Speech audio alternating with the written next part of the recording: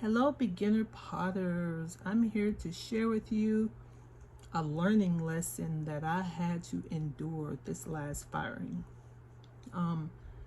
When you are glazing, you will run into some issues.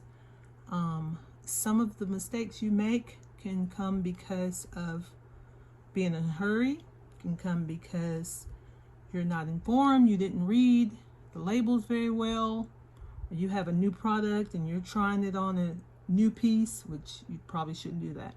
Okay, so there are many reasons why, or like in my case, you got in a hurry, you had a due date for some pieces that clients were waiting for, and you decided to just take a risk with a work that you finished and is ready to be glazed. I advise against that. Okay, I believe in experimentation, but I'm going to show you how to avoid certain mistakes, especially this one. This one is when you have a piece that fuses to your kiln shelf.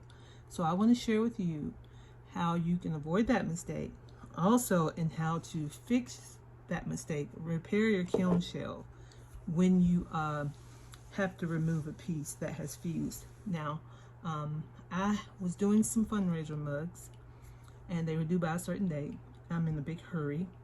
And I get down to mug number 30 of 30, and I am tired. It is 4 in the morning, and I find the glaze that is a high flux glaze. Now, a high flux glaze is a glaze that has a lot of oxides that have a low melting point. Okay, so the desired effect is to get this little drippy, honey, Winnie the Pooh pot looking drip thing going on. Okay, that one has some pink hues in it. It's kind of cute. That's the desired effect that you want, okay? But I decided to just dip the mug right in the flux and just throw caution to the wind. I didn't even do anything to protect my shelves before I did that. So we're gonna go over real quick how to do that. Now, I don't want you to see this, but it's necessary for your growth. I'm sorry, your learning, all right? Here we go. So you go to your kiln and you see this cute little mug you did, and you go to pick it up and no, it won't budge. Look, it can pick up the shelf. Okay, what do? Now you're gonna need a mallet, rubber one, okay? You're gonna need some kiln wash. You're gonna need a mop brush. And you're going to need to get to work. You're going to need some safety goggles on and possibly some gloves. For you, I would recommend you put on some safety gloves. But what you're going to have to do literally is break this guy off the shelf using this. Okay, so let's do that real quick. There you go. And you're also going to need a kiln scraper. So as you see, when your piece fuses to the shelf, this is what you get. So the next thing you have to do after you remove the piece is remove any excess pieces off the shelf. Now there's only so much this guy's going to do. So you're going to get your larger pieces here and get them up, and be very careful because there is glass in there and you can cut yourself. So pick up everything lightly or use tweezers. In this case, I'm just using my hand to pick up the bigger pieces. Now, the next thing you have to do is get a kiln shelf scraper, which I forgot to mention when I was mentioning the things that you need. This is a new one. My old one is outside and it's lightning. I don't want to go out right now. So I'm going to take this kiln shelf scraper and I have to scrape this off of the kiln, okay? Let me show you how that's done. Take some muscle here, and I may put this on time lapse so the video is not too long.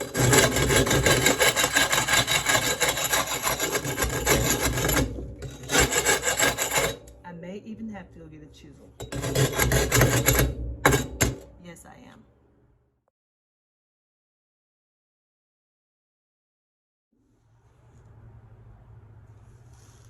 Okay, I had to go find the chisel. I thought this would work, but then I thought, nope. So I had to go in the creepy basement and find the chisel because this guy is fused really, really, really good. So I'll just go and gently remove that. See if I can zoom in so you can see what I'm doing. I cannot. Okay. Maybe I can bring the camera a little closer. Alright. So now I'm gonna just chisel away at this. It comes right off. And remember, anytime you're repairing your kiln shelf, you only want to repair the part that needs repairing. This has a nice coating of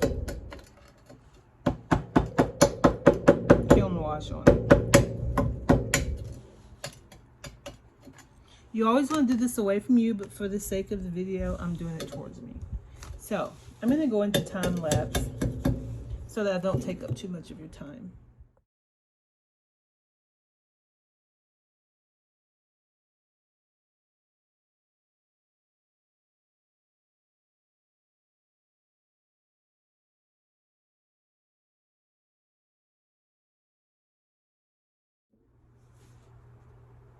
All right, so I've removed or chiseled off all of the hard parts from where my poor little mug got destroyed and fused onto the shelf.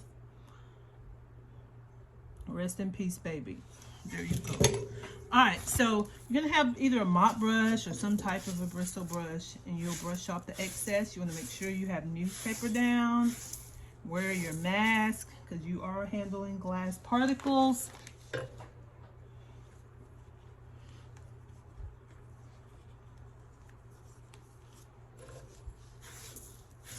And just gently get that off of there. You'll see some brush fibers. They don't hurt anything. I don't really like them on my pottery pieces, but so what I did was I gave the entire piece a quick scrape.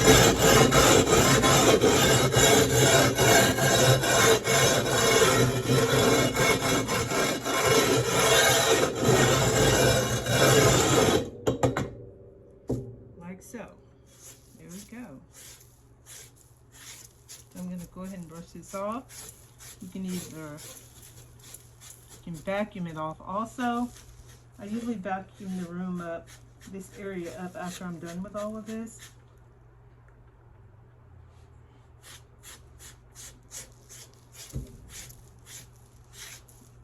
I have a wider brush somewhere, but for the sake of time, so I'm working out of, this is where I do my artwork, this studio room.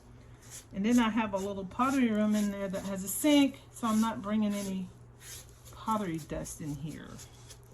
And here's where I'll usually just glaze and do my artwork. I also have a drawing area, and over here is my pottery area. So now I have that all cleaned off. I don't like all these fibers from the brushes. Cheap brushes do that. All right, so we got it all cleaned off. So I'm using some Emiko Kiln Wash. Kiln Wash is used as a protective coating for shelves required in a kiln during the glaze firing. You're going to mix dry kiln wash with water to form a thin paste, and then you'll brush a coating about the 1/16 of an inch thick, only on the side of the shelf that you're going to be firing on. Or where your ware is going to be placed. Kiln wash facilitates the removal of pottery and glaze drippings. New applications need to be made only where the protective coat has crumbled or been pulled away. So I see some hot spots here and here. So I'm going to use my kiln wash to cover up or protect that shelf. I'm going to cover this area up with the kiln wash so it's protected. There you go.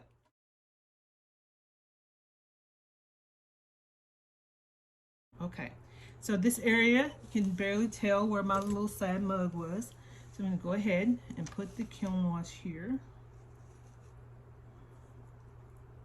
And what I do is I just try to fill it in to where I don't see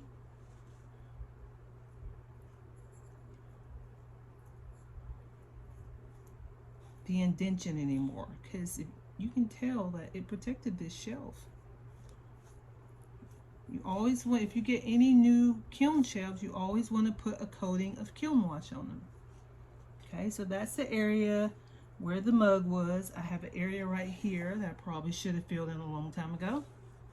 I'm going to go ahead and do that. And there's an area there.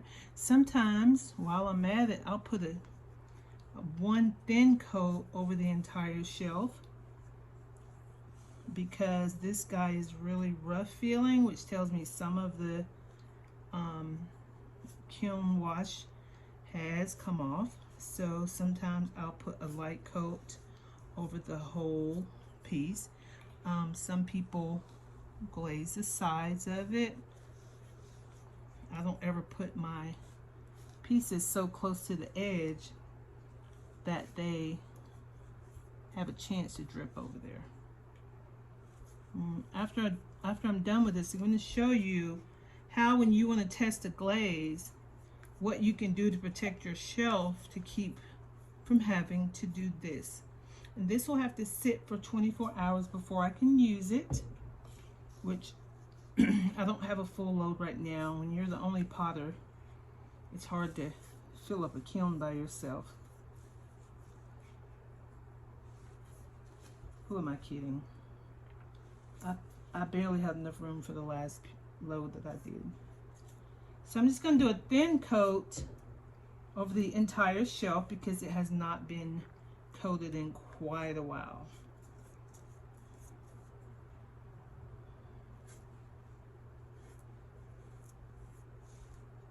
It definitely does not need to be as thick as the part that you just, the damaged part that you're repairing, okay?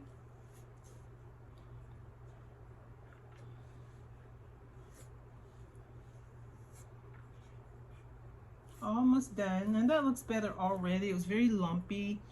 Those little pieces, when you take it out of the kiln, the little white pieces that you see, that's actual kiln wash, okay? It's not the shelf if you've done this properly. Anytime you get new shelves, get your wash and coat it, okay? I'm using the Amico kiln wash. I have some old box because there's a lady that was selling all of her supplies for very, very cheap. She didn't want to do pottery anymore. She did the slip casting type pottery, where you do the porcelain slip.